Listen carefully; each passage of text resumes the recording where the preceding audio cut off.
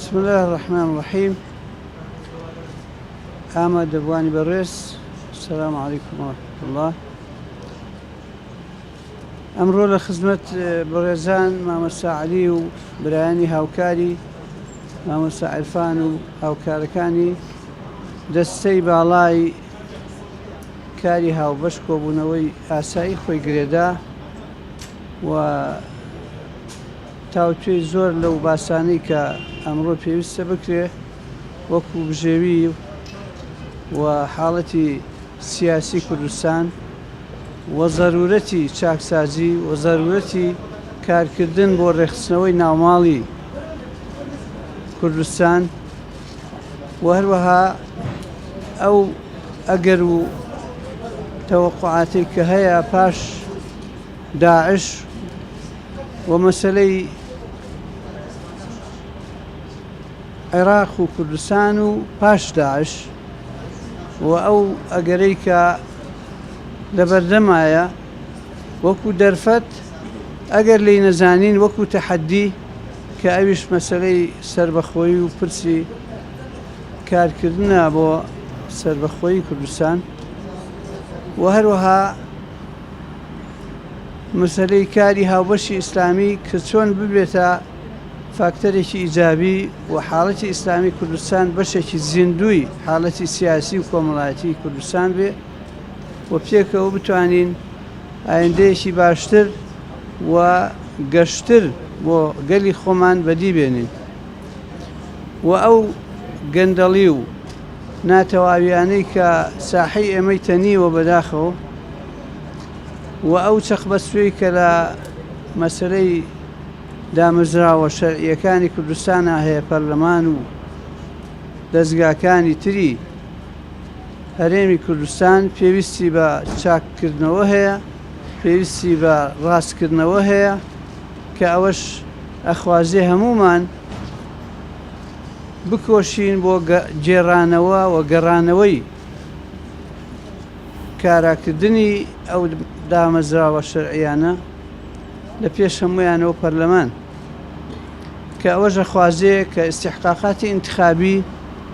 بخرێتەوە کار بۆ پێکهاتنەوەی بۆ پێکەوە دانیشتن و گفتوگۆی هێزە سیاسیەکان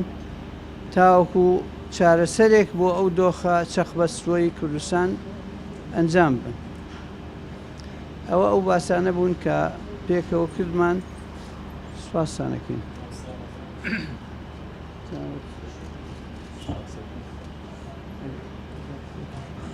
بسم الله الرحمن الرحيم. أمولاك بخير بين وەکو جەنابی مامۆستا سەلاح الدین باسی کرد ئێمە ئەمڕۆ کۆبوونەوەی ئاسایی دەستەی کاری هاوبەشمان ئەنجامدا و وێڕای بارودۆخی نێوخۆی هەرێمی کوردستان کە ئێمە لەگەڵ کۆمەڵێک گرفت و کێشەی گورچک بڕدا دەستەویە خەین بە تایبەت قەیرانی ئابووری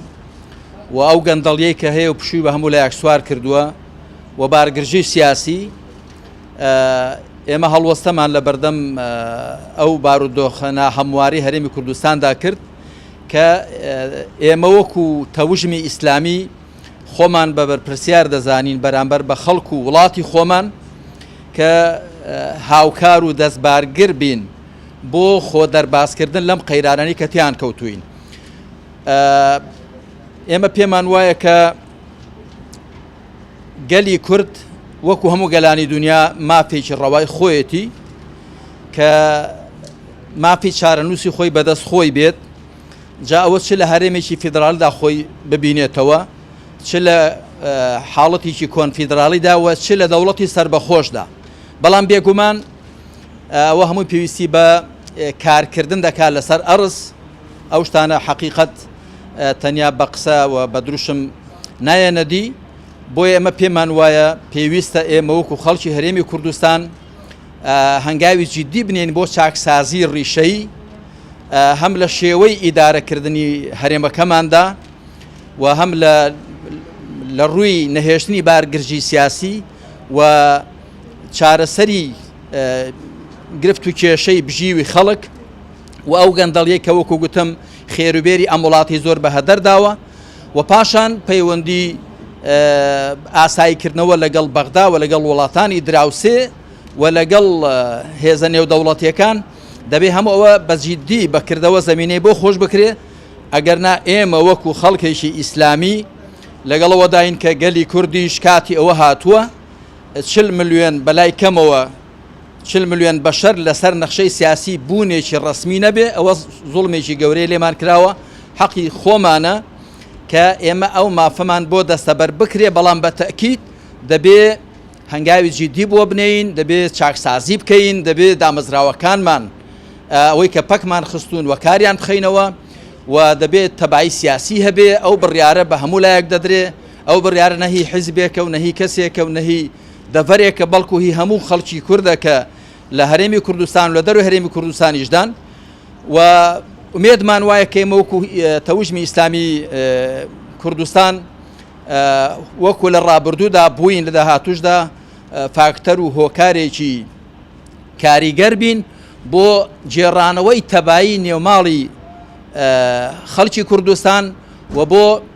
هاوکاریکردنی بڕیار بەدەستانی ئەم هەرێمە کە ئێمە بڕیار بەدەست نین بۆ هاوکاریکردنی بڕیار بەدەستانی ئەم هەرێمە کە چی دیکە ئێمە هەلەکان لە دەست نەدەین بە تایبەت کە شەڕی داعش کۆتایی پێدێ ئەو بەڵایە لە کۆڵ هەموو لایەک دەبێتەوە زمینەیەکی لەبارتر پێم وایە دەڕەخسێ کە ئێمە بتوانین سوود لەو دەرفەتە ببینین چی دیکە وەکو دەرفەتەکانی ڕابردوو لە دەستمان نەچن.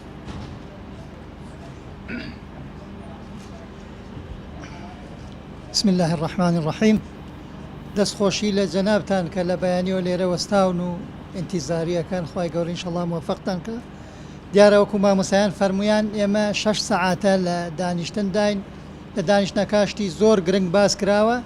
باسی سربەخۆیی کوردستان باسی ئەوەی کە ئەو وەزعە هەموارەی کە لە کوردستانە هەیە ئەمڕۆ کە خەڵکی جیرۆدەی اقتصاد و گەندەڵی و کۆمەڵێشتی ناهەموار کە هەمومان لە ژێر فشاری ئەو وەزعین باس کراوە کە ئینشاءالله ئیسلامیەکان وەکو هێزێکی کاریگەر کە لە سەرانسەری کوردستانە وجود و بوونی خۆیان هەیە چۆن بتوانن لەم وەزعە بوونی خۆیان بسەلمێنن ئینشاءالله ئەوەی کە ئەمڕۆ الحەمدولله لەم دانیشتنا ڕەنگی دایەوە زیاتر تێگەیشتنی هەر سێلایەنمان و هەرسێکمان کە الحەمدولله لەسەر ئەو بۆچوونانە لە جاران زۆر تێگەیشتنی باشترمان هەیە لەگەڵ یەک بۆ ئەو کێشانەی کە هەیە لە کوردستان و بۆ وەزعی سیاسی هەرێم و ئینشاءالله ئەو لێک تێگەیشتنەیش تەئسیری باشی ئەبێ لەسەر ڕەوشی سیاسی هەرێم لە ئایندەدا. زۆر سپاس بە هەموو.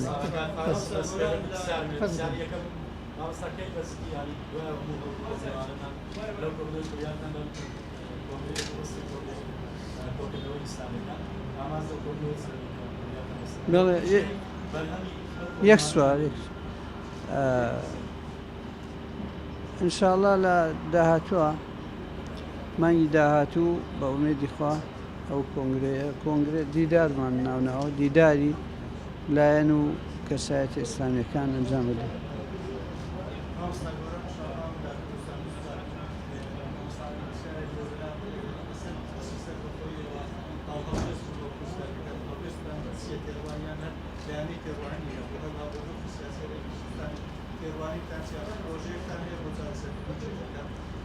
ئێمە بۆ پرسی سەر بەخۆی بەڵێ هەڵوێستی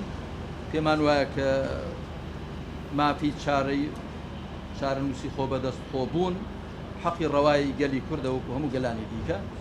بەڵام لە تەفاسیلدا و لە میکانیزم و شێوازی ئەوە بەتەکید هەر کەسە دیارە بۆ چون ئیجتیهادی خۆی هەیە بەنسبەت چارەسەری بارودۆخی ئێستای هەرێمی کوردستان دیارە پێشنیار زۆر کراون بەڕاستیەوەی کە گرنگە پێشنیارەکان بکرێن بە کردار وەربژیرێن و ئێمە لەو بارەشەوە بەڵێشمان زۆر تاوتوێ کرد و ڕەنگە لە داهاتوودا یەکێک لە ئەرکەکانی ئێمە ئەو ئەنجومەنە هاوبەشە ئەوە بێ کە ئێمە پرۆژەی دیکە پێشنیارکەین بۆ چارەسەری گرفت و کێشەکان بە تایبەت کێشەی ئابووری ژانی گوزەرانی خەڵک.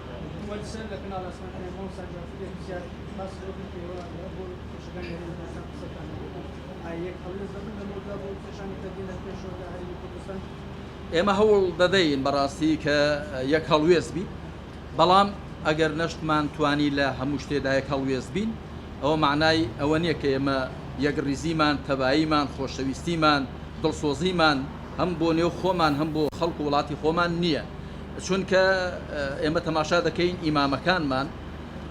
زانا گەورە گەورەکان لە تەفاسیل لە هەندێک وردەکاریدا ڕای جیاوازیان هەبووە حقیقەت دەبێت هەموو خەڵکی هەرێمی کوردستانیش ئەوە بزانێ کە مەرج نییە ئەگەر دوو لایانی ئیسلامی لە هەموو شتێکدا یەک ڕەئیان نەبوو معناوایە پێکەوبرانین تەبانین یەکڕیزنین بەڵام ئێمە هەوڵش دەدەینەوەی چێکە لەو کارانەی لەو ئامانجانی کە بۆی دەچین کە بەتایبەت لە ڕووی هەڵوێز وەرگرتن لە بارودۆخی سیاسی و لە پێشاتە سیاسەکان هەوڵ دەین هەڵوێستی سیاسی خۆمان یەک بکەین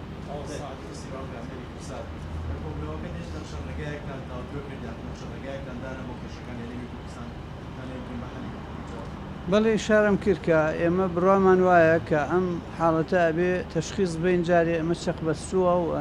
نەخوازراوە و ئەبێ هەموو لایەنەکان ئامادە بن بۆ تەنازل و بۆ مرونەت بە تایبەتی ئەوەی کە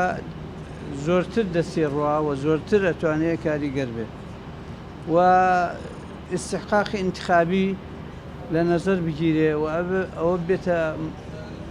مەبنای کارکردن و ئەم قۆناغا بە قۆناغێکی ئینتقالی سیر بکرێ و لایەنەکان پێکەوە گفتوگۆ بکەن و پێکەوە بگەنە چارەسەری یەک چارەسەری چونکە نابێ شتێ فەرز کرێ بەسەر شتێکی ترە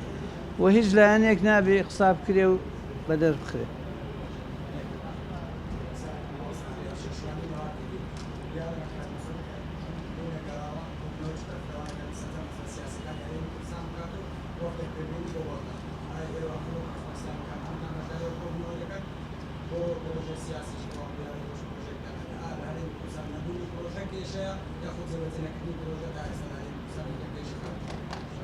وڵا بەنسبەت کۆبوونەوەکە جارێ نازانی چۆن دەبێت و کاتە دیارە دوایەوەی کە بانکێش دەکرێن یاخود دیار دەبێت کۆبوونەوەکە چییە چۆنە ئامانجەکان لێ چییە ئەو کاتە هەڵوێستی خۆمان ڕادەگەێنین بەنسبەت پرۆژەی سیاسی و چارەسەری سیاسی وەڵام من پێم وایە نوقسانی هەم لە نەبوونی پرۆژەی یەکگرتوو کە پرۆژەی هاوبەش هەبووە یعنی هەر لایەنێک ڕەنگە پرۆژەی خۆی بوو بێ بەڵام ئێمە گرنگەکە لە جێوێکی تەبایی سیاسیدا پرۆژەی هاوبەشمان هەبێ لێک تێگەیشتنی هاوبەشمان هەبێ و هەم هەندێک جار پرۆژەی هاوبەشی ڕەنگە بوو بێ بەڵام کاری پێنەکرابێ ئیرادەیەکی جددی نەبووە لەلایەن بڕیار بەدەستانەوە دووبارەی دەکەمەوە بڕیار بەدەستان ئەوان بەڕاستی تەحملی بەرپرسیارەتی ڕابردووی ئەم وڵاتە دەکەن کە بەم دۆخە گەیشتووە بەڵام بۆ داهاتوو بۆ چاکردنی هەموو لایەکمان بەرپرسیاری پێویستە هەر کەسە بە ئەندازەی توانای خۆی کەواتە هەم نوقسانی هەبووە لە نەبوونی پرۆژەی هاوبەش کە ئیتیفاقی لەسەر بکرێەوە هەم لە نەبوونی ئیرادەیەکی جدی بۆ جێبەجێکردنی ئەوەی کە تەنانەت ئیتیفاقیش لێسەکراوە